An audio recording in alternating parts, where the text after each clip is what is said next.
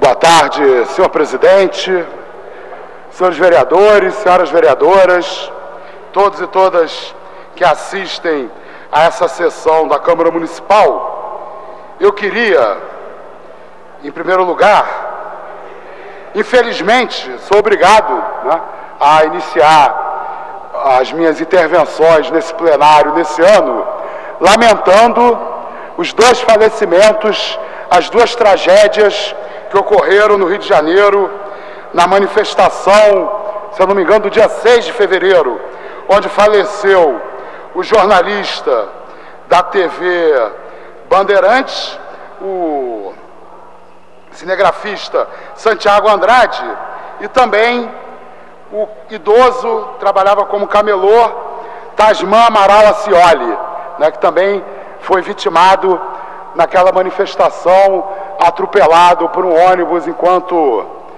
tentava escapar dos conflitos.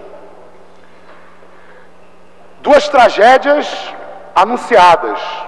Na verdade, não foram as primeiras. Desde que começaram as manifestações de rua, de massa no Brasil, no ano passado, já passa de uma dezena o número de cidadãos brasileiros que perdeu a vida. A maioria deles atropelados por motoristas que não quiseram aguardar, enquanto a manifestação passava na sua frente. Outros foram vítimas de gás. Teve uma senhora, logo numa das primeiras manifestações em Belém do Pará, uma trabalhadora da empresa de lixo da cidade de Belém, e vários desses outros episódios. Agora eu preciso também lamentar a tentativa de setores da mídia, com o apoio de outros colaboradores, de tentar colar no meu partido, especialmente no deputado estadual Marcelo Freixo, a acusação de sermos financiadores da violência. Claramente uma campanha midiática com esse objetivo, já que as fontes que faziam as acusações contra o PSOL e contra o deputado Marcelo Freixo são fontes absolutamente não confiáveis. Um rapaz claramente com problemas mentais, que se apresenta como coringa em vídeos do YouTube, fazendo uma coleção de acusações contra as mais variadas pessoas, acusações claramente sem sentido. A outra fonte é um advogado de defesa que mais parece um promotor público, o advogado de defesa que acusa os seus clientes de terem cometido crimes, o advogado de defesa, inclusive, que orienta para o primeiro cliente que denuncia o segundo é denunciado e ele vira advogado do segundo também. E depois, quando tentaram atingir o vereador Jefferson Moura, o delegado Orlando Zacconi, vejam bem o que a revista Veja fez. A revista Veja pegou uma contabilidade de um evento natalino, de uma ceia de Natal, e publicou apenas um pedacinho que dizia quem contribuiu com a ceia. E disse que aquela lista era uma lista de contribuição dos black blocs. Usaram as técnicas de manipulação mais batidas da história, que é você colocar uma informação na manchete e outra informação no texto da matéria. Era só ler o texto da matéria Veja que você claramente percebia que nós estávamos financiando uma ceia natalina, inclusive com a presença de um padre da Igreja Católica, o padre Ricardo Rezende, com a presença de uma sacerdotisa da Igreja Anglicana, que realizaram uma missa de Natal. Então a revista Veja tentou transformar o financiamento de uma missa de Natal no financiamento dos black blocs, no financiamento da violência nas manifestações.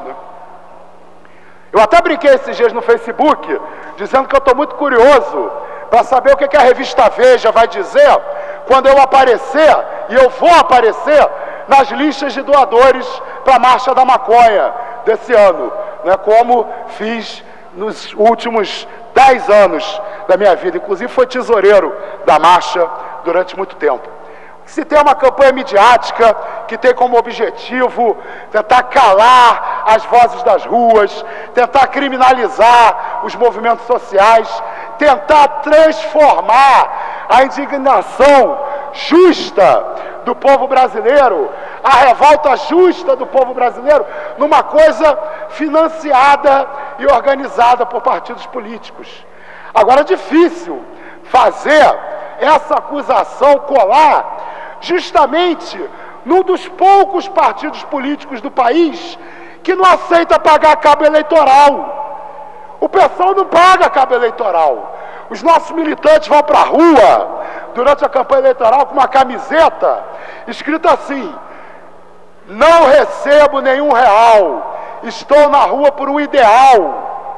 E nós do Partido Socialismo e Liberdade, nós não adotamos essa política de não financiar os nossos cabos eleitorais, de não financiar manifestações políticas.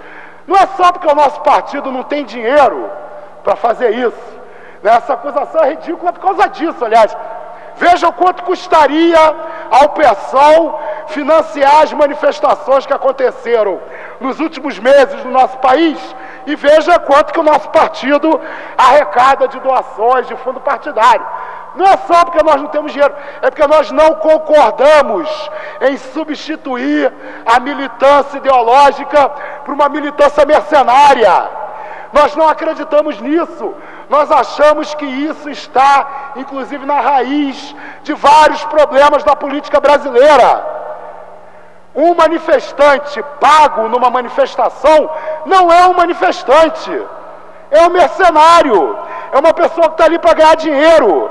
Essa nunca foi a nossa prática e nós repudiamos essa prática. Agora, se a Assembleia Legislativa, se a polícia querem investigar financiamento de manifestações, deviam começar investigando, não é?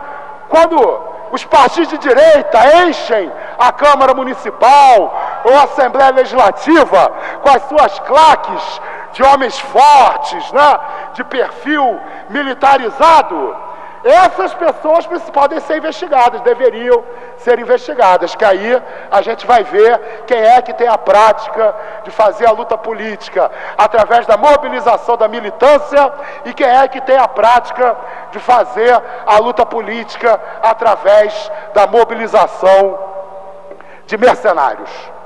Agora, a gente precisa se perguntar: a quem interessa essa criminalização? A quem interessa que a discussão no nosso país tenha se deslocado do debate sobre as reivindicações das manifestações e comece a se concentrar nesse tipo de picuinha? O povo do Rio de Janeiro quer saber, por exemplo, como a equipe técnica do Tribunal de Contas do município faz um parecer dizendo que a passagem de ônibus tem que baixar para R$ 2,50 e o Tribunal de Contas do município aprova um relatório dizendo que a passagem de ônibus tem que subir para R$ 3. A gente não pode permitir que esse tipo de manipulação da mídia sirva, por exemplo, para que o povo do Rio de Janeiro pare de discutir as pessoas morrendo nas filas dos hospitais, as salas de aula lotadas, as crianças desmaiando de calor dentro das salas de aula por causa da climatização que não é feita. O povo do Rio de Janeiro não pode deixar de discutir, por exemplo, por que a Prefeitura do Rio fez um plano de cargos e salários para o magistério que mantém a grande maioria da categoria totalmente excluído de qualquer benefício. Aliás, o último decreto publicado pelo prefeito, regulamentando as 40 horas, diz exatamente o que nós denunciávamos: apenas a minoria da categoria vai poder optar pelas 40 horas. Inclusive, qualquer professor que ficou doente, pediu licença de saúde por mais de 20 dias, não vai poder pedir a progressão para as 40 horas. Da mesma maneira, O povo do Rio de Janeiro precisa debater por que nós estamos sendo submetidos ao caos na nossa cidade. Porque o prefeito discursa que é um caos passageiro e que depois dessa situação a nossa população vai colher os frutos. Mas que frutos?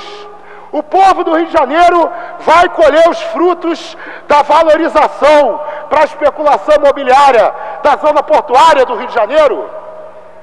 Eu acho que o prefeito anda confundindo os donos das empreiteiras com o povo do Rio de Janeiro. Não é o povo do Rio de Janeiro que vai se beneficiar desse caos no transporte que nós estamos vivendo nesse momento. Então, estamos começando 2014 firmes nas nossas convicções. Somente a luta popular pode transformar a realidade brasileira. Somente a mobilização do povo pode obrigar o nosso sistema político a servir as maiorias e não as minorias endinheiradas que financiam as campanhas eleitorais. Vamos continuar apoiando as manifestações, vamos continuar nas ruas, junto com os manifestantes, mas sempre chamando a atenção de todos, de que a violência interessa apenas àqueles que querem manter tudo como está no nosso país. A tática de alguns manifestantes de reagir à violência policial é uma tática equivocada, que só serve para criar confusão no meio do povo sobre quem é violento, sobre quem é justo e quem é injusto nesse país. Seguiremos nas ruas, seguiremos nos parlamentos lutando por uma transformação profunda e radical da realidade brasileira. Muito obrigado, senhor. Próximo.